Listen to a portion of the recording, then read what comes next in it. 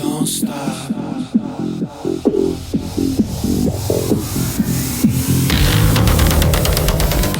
Hi, thanks for joining me on the Everything and Anything and a Bit Gay podcast. Before I get started with today's episode, I wanted to ask if you could please go to the description of this podcast or video and take a survey.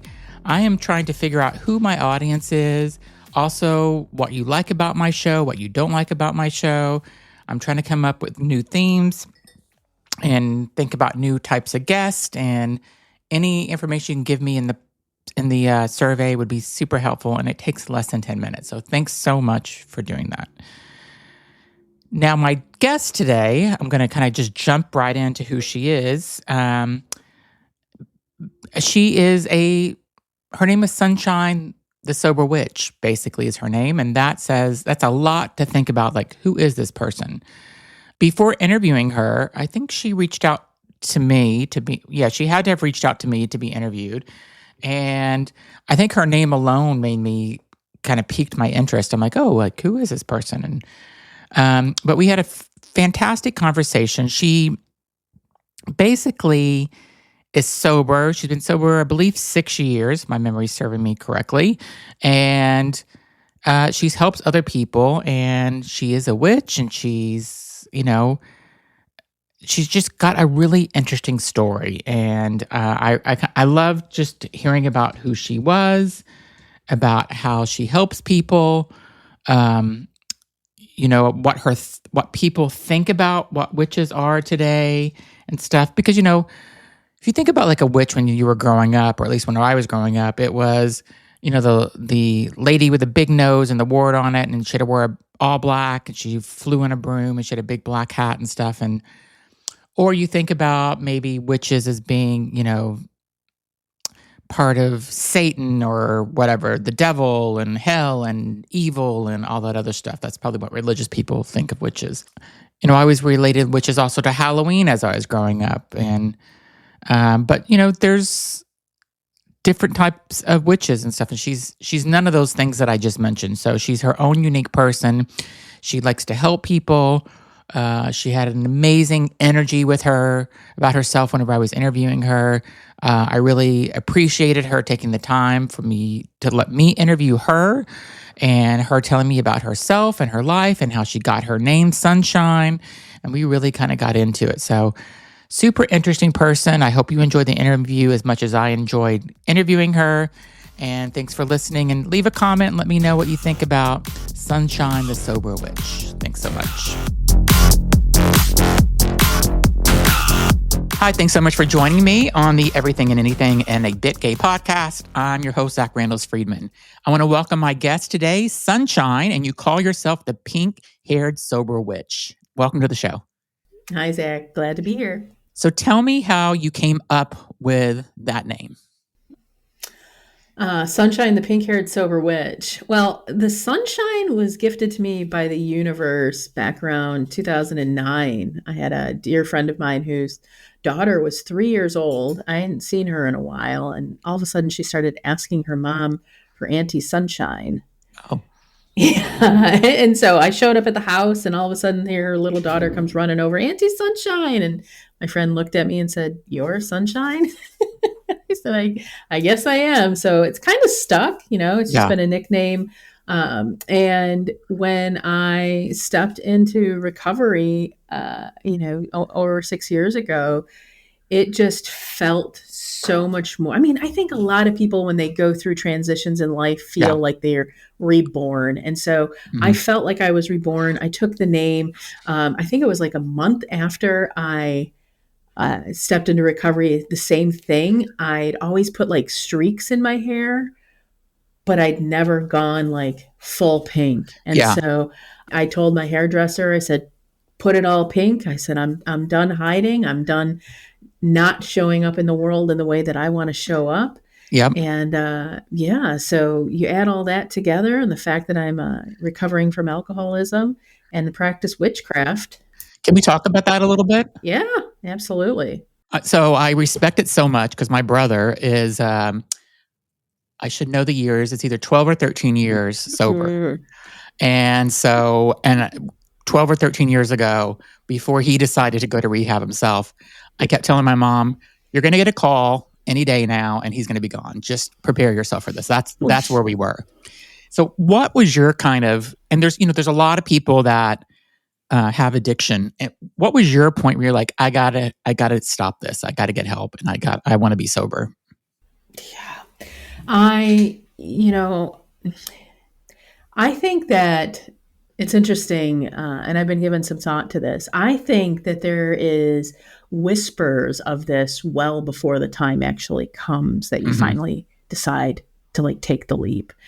For me specifically, there were two major catalysts, and one was my father, who I grew up in an alcoholic household. My father drank my entire life, and in 2017, the end of 2017, he found himself on his deathbed because his heart was only pumping at 6%. His liver and his kidneys were shutting down.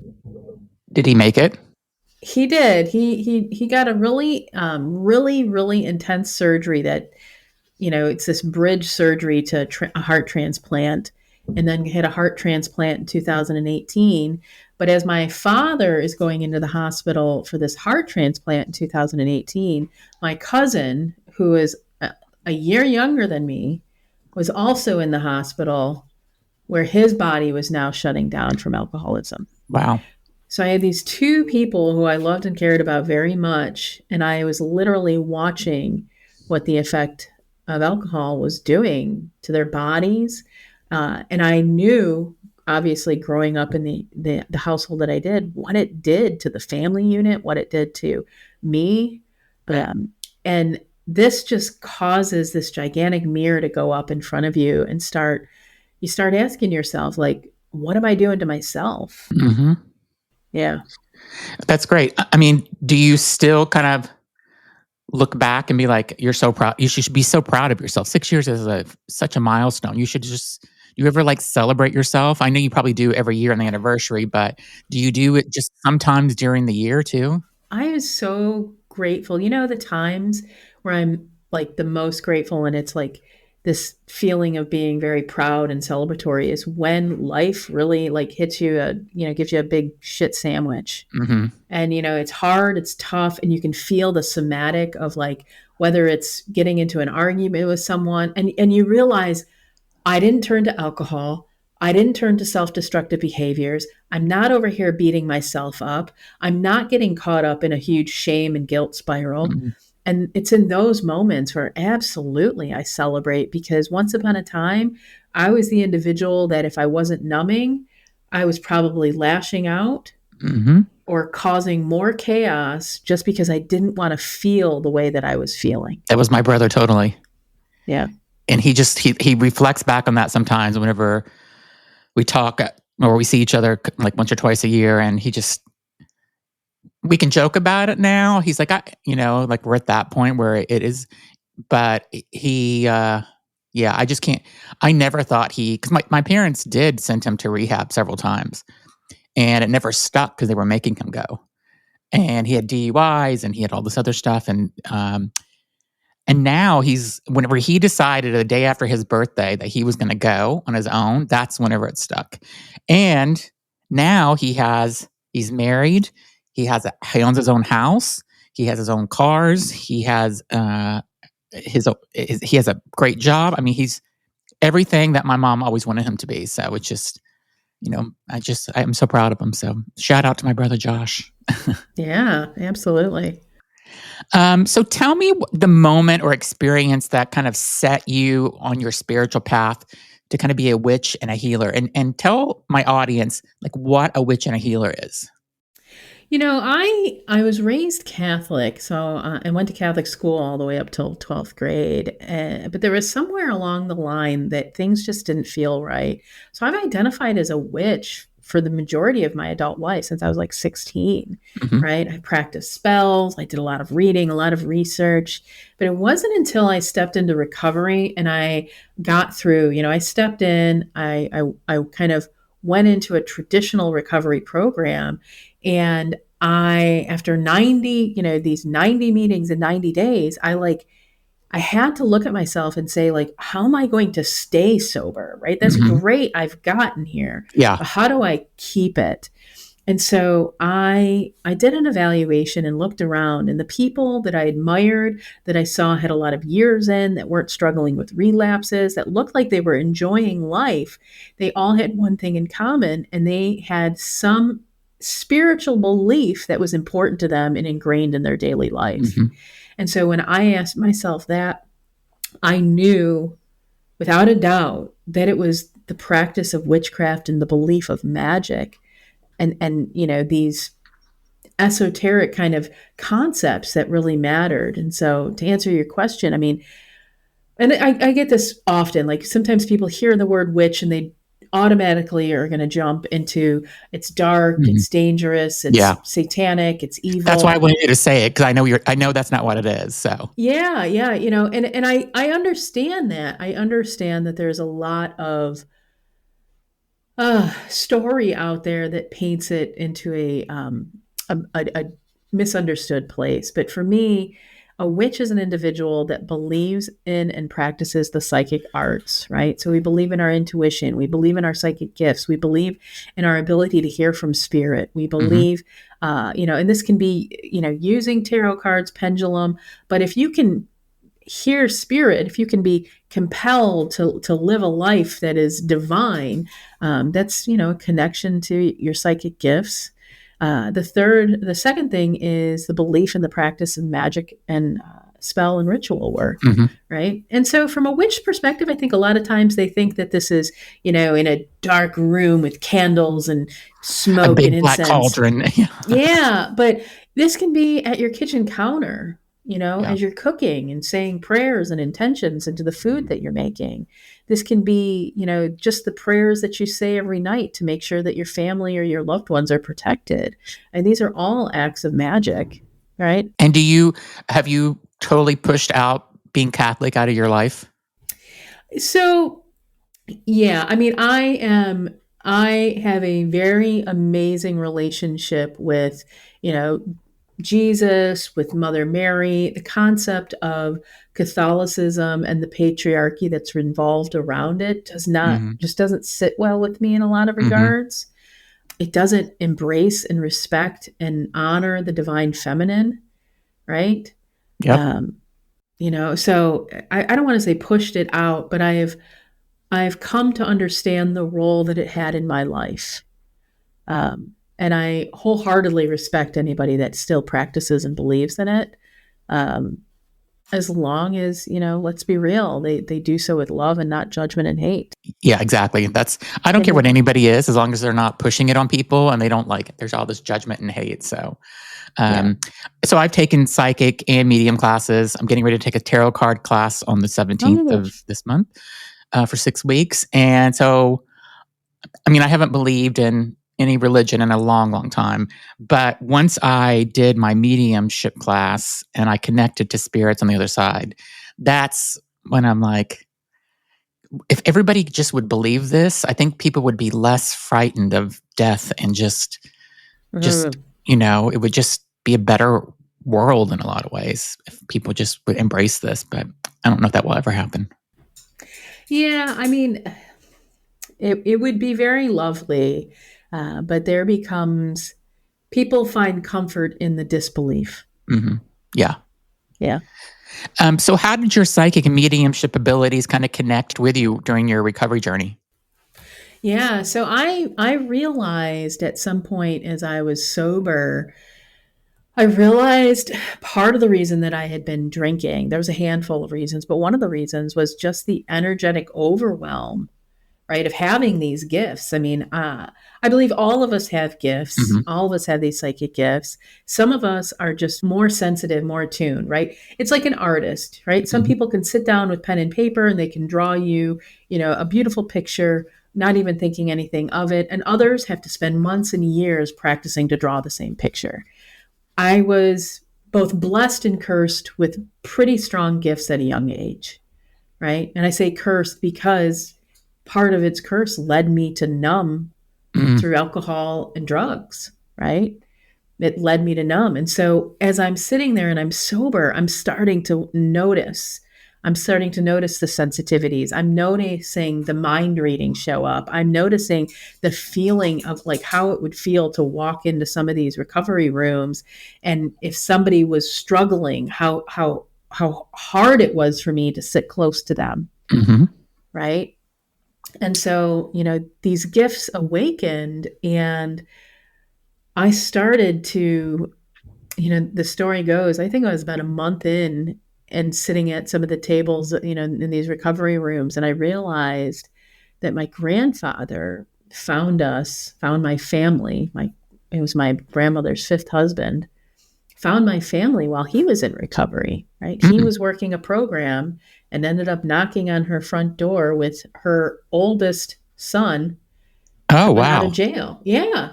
And so all of a sudden I start seeing my grandfather. I start hearing my Did you grandfather. meet him before or? Yeah, I'd known him, but I never knew this. I Yeah. knew that he was an alcoholic, but I'd never realized this part of the story Yeah. before.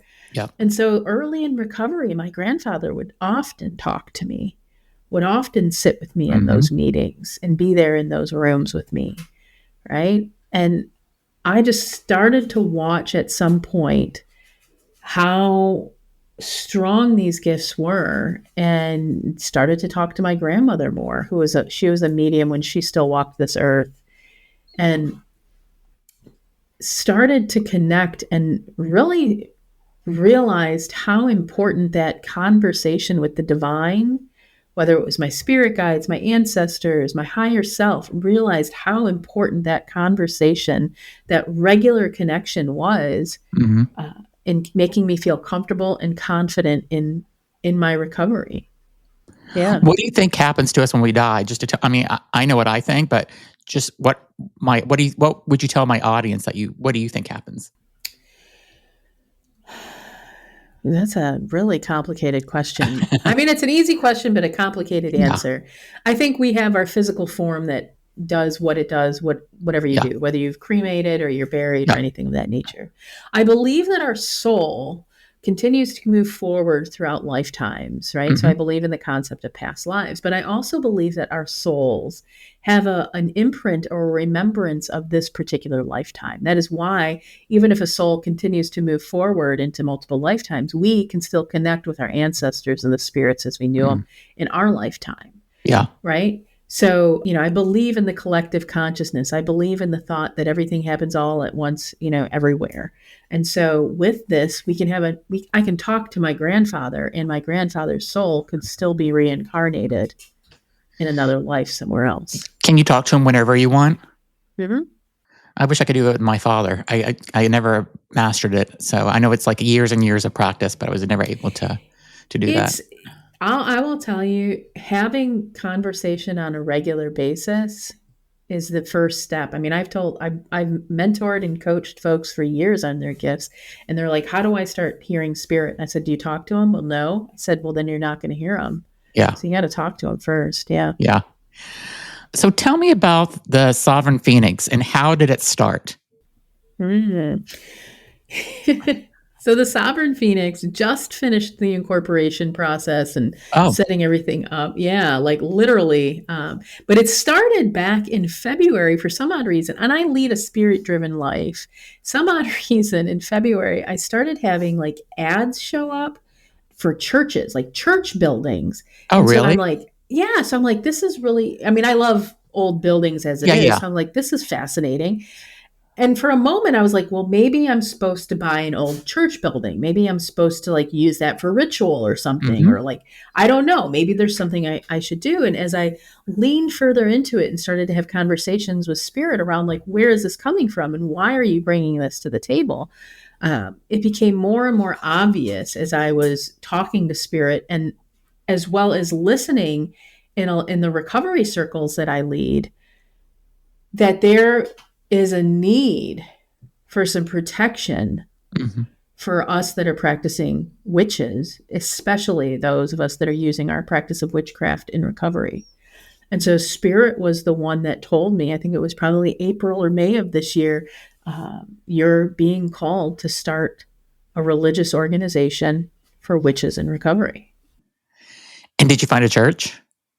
So I didn't find a church building. What I have found is two recovery community organizations that are local to me, that have partnered with me to be able to offer these Mm. services and connect to the community through them. So they have physical locations. You don't have to tell me what state you're in, just but what part of the country are you in? I'm in the Midwest. I'm in Michigan. Oh, okay. There was like two old churches that came up in my house seeking my alerts that I get, and this one church was just so beautiful. And I think but it wasn't where I wanted to live. It was in Vermont, I think, and it was only $150,000. And it was in such beautiful. It was so beautiful. I mean, you would obviously have to do complete renovation of it to live there, because that's what I would do with it, is live there. But yeah, I mean, I think there's a lot of churches that are being sold as people move on to other things and are kind of maybe moving on from religion in some ways too. So My hope at in some point is to have a physical location, but for right now, we've started the groundwork's there. The programming is in place, uh, and so it's just a matter of continuing to grow and raise the funds to be able to do so. Yeah. yeah, and we'll be right back. Okay, and now back to the show. What's the Illuminati, the school of sober witchcraft? Illuminate. Oh, So, Illuminate. I'm sorry. yeah, no, Illuminati, I guess, is something that's no, something it of really is. It sounds very spooky and mysterious. yeah. Um, so when I originally started down this path, before even coming into the Sovereign Phoenix, I started to just teach how I had gotten sober, how I had stayed in Mhm. recovery. So I have different courses and workbooks and things of that nature. So that's where the Illuminate, the Unschool of Sober Witchcraft, came about.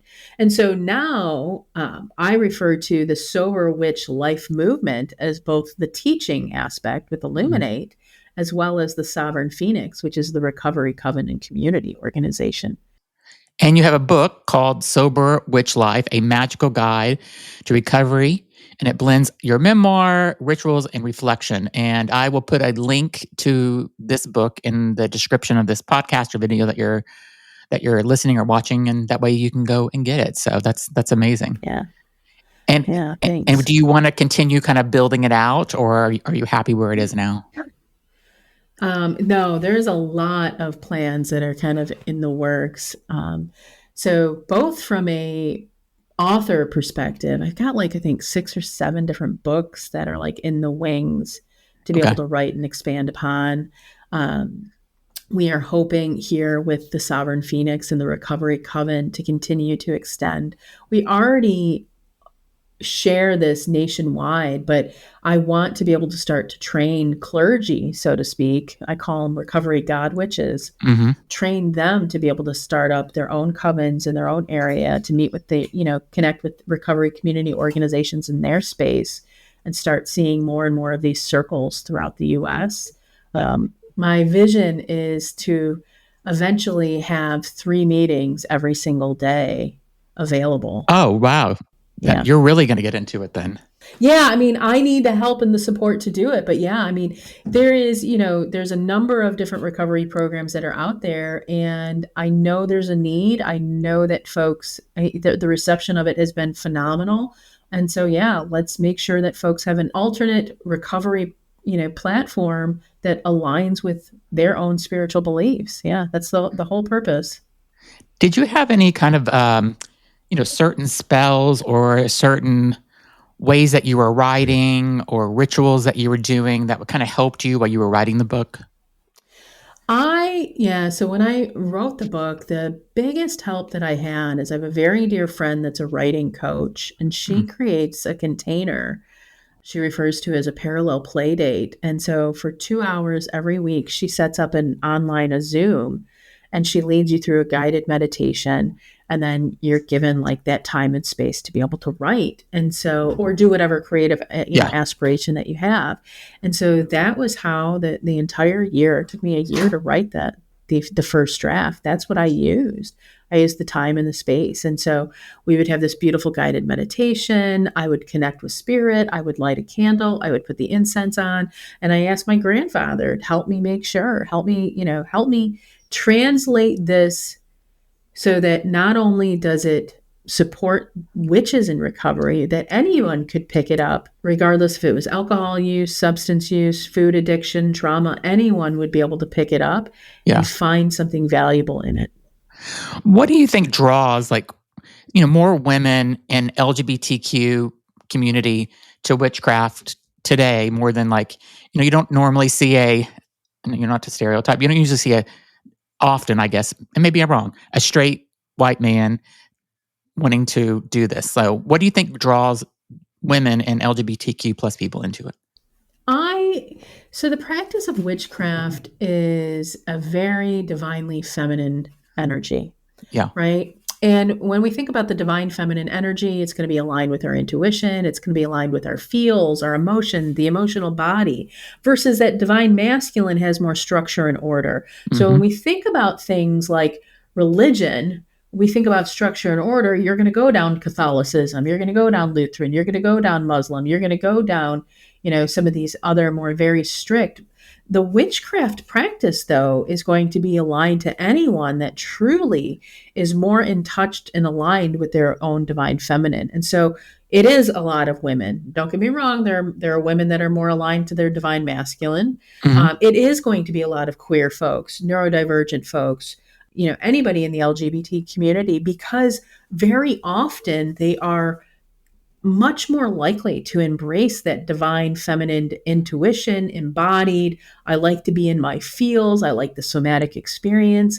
And I think they're a lot more comfortable leaving judgment out the door.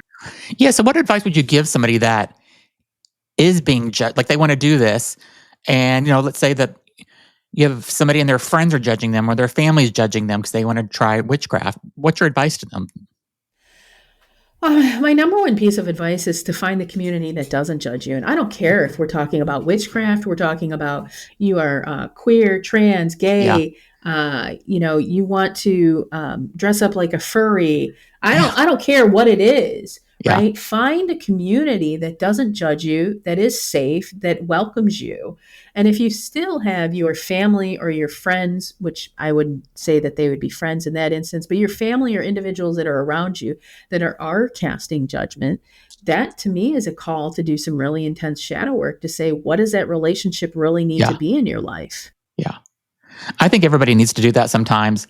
Go through and do a family and friend check sometime to see if there's still more friends. I guess it's kind of harder to get rid of family, but I think it's important to go through and do a check on, are these the friends that even though I've been friends with them for 20 years, is this still the same person I want to be a friend with? Because I did that a few years ago and I'm still doing it. And it feels so good actually after you do it. Like it takes a while to process it, but once you're nope, this person's not for me anymore. And once I make that decision, I do a lot of thinking about it. Once I make that decision, they're cut out and that's it. So. I mean, it's easier to do it with friends because they were somebody that came into your life. Yeah. And therefore having them exit becomes a little bit easier. But I firmly believe that we have to take a look at that from a family perspective. Just because somebody is blood doesn't mean that it doesn't mean that they are respecting you. It doesn't mean that they are building you up. It doesn't mean that they aren't, potentially, causing abuse or trauma to you. Yeah. And I think that's what's scary sometimes is that we can fall into this trap that because someone is family, it makes it okay for them to not treat you well. Yeah. Yeah. I agree. I mean, I have done it with family too.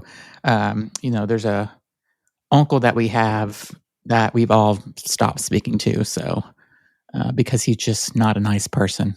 Yeah. And so, and his own sister doesn't speak to him. And it's better. We're better off without him. Tell me what's one of the most unique things that you've kind of discovered as you've used your psychic powers. What's something that kind of blew your mind? Aliens. Oh, tell me about that. Yeah. I haven't done this in a while, but once upon a time I used to offer I forget what I called it, but I offered a Zoom session where you could pay like $20 and you'd join me and 8 other people on Okay. Zoom, and I would answer questions from the audience. I'd go one by one, and we Mm. would make it at least one round. Oftentimes, we could do 2 rounds with Yeah. folks. And so I have somebody I'd never seen before shows up, and they're like, "I've got a really weird question, and I'm embarrassed to ask it." And I said, "Go for it." I mean, I love weird Yeah. questions. Like, Yeah. let's have at it. And they're like, "I have a feeling that I have an alien attached to me." And I'm looking at, seeing them on Zoom, and all of a sudden I can see this energetic show up and just waved at me. Really? Wow. Yeah. And I was just, ever since, they don't have the same energetic as like a soul or a spirit. Mm-hmm. I've seen them show up multiple other times, right? There are certain people that do have them around them. It's a very, very different experience. Mm-hmm. And it's, I always kind of already had believed in aliens, but that was my like validation and proof that they're not just traveling to us on occasion. They're actually already present Yeah. with us. Yeah. Yeah. I was hoping the 3-Eye Atlas was going to really turn into something. I guess it's still not too late. I think they said we have until December 19th or something. But I was really hoping it was going to be more than just some comet, which is what people are trying to play it off as now. Because I still don't know if I believe that's what it is. So, but maybe I'm just being hopeful. I don't know. Sometimes things happen and we just aren't even told. Yeah. Yeah. So. I had this woman on. Her name is Natalie. She's got a good following on TikTok. She does a lot of TikTok lives, and she communicates and channels through aliens. And she's been on ships and stuff before. So she was really fascinating. And she's told me something very interesting, that the aliens will not allow nuclear war to happen on this planet. Good. And last night I was watching Bill Maher. He has I don't even know what channel he's on, HBO Max or something. I was watching Bill Maher, and his first guest was a guy that does UFOs and UAPs. And he said, oh yeah, there's been lots of times where these ships have been over nuclear, where nuclear warheads are, and they've started it, they didn't launch them, and then they've shut it off. And it was so like just mind blowing, because her and I literally talked about that 3 or 4 days before. And now this is what this guy on Bill Maher's TV show was saying. So it was very interesting. That's quite a synchronicity there. That's pretty wild. No, I have heard that as well. So I've had a handful of folks that I've talked to. I have one friend that actually does communicate, and the same sentiment has been shared. That doesn't mean, well, let's be clear on that. That doesn't mean that they won't allow us to destroy ourselves in other ways. Yeah. But yeah, from the nuclear disaster perspective, yes, I've heard that more than one time. Yeah. So what do you have next coming up? You have so much going on. Like, what do you have what do you want to do in 2026? What's your main top 3 things you want to do? Oh gosh, you are jumping ahead. I haven't set those goals. That's a this month thing to do. I know I've got a couple of books that are in the wings right now. So the 2 big ones, I want to take the Sober Witch Life book and turn it into an actual physical workbook, like a book that somebody can actually write out. With some feedback that I had, and Spirit had kind of inspired me to do that. So I've got that started, but I have to lay it out, which is a lot of work. And then the second one is I want to write a Tarot for Recovery book. Oh. So I already, during our recovery circles every week, I already pull a card and interpret it as it relates to recovery every single week. So I want to put it into a book so that anyone, regardless of what deck they're using, can actually start to do readings for themselves or for others if they wanted, related specifically to recovery. Go back in my podcast, maybe 2 or 3 episodes back. There's a woman named Kelly Ahern who wrote, I believe, at least 2 books. Those are the ones I bought by pulling tarot cards. She was such an amazing guest. Like I got so much good feedback about her because she was so interesting. And yeah, like I want to be her friend forever, just because like I just had such. So she wrote the actual books by pulling. based on pulling tarot. Oh, Yes. that's fascinating. Yeah. Yeah. Yeah.